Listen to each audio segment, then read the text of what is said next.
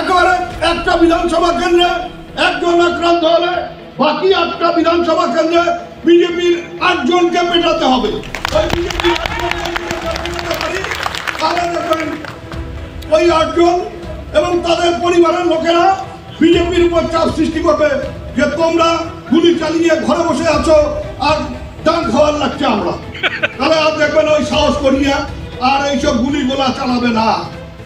ওদের ওই যেটা জগদীশ বলছিল যে এজেন্ট থাকতে দেব না, ও কথা নয়, থাকতে দিবেন না।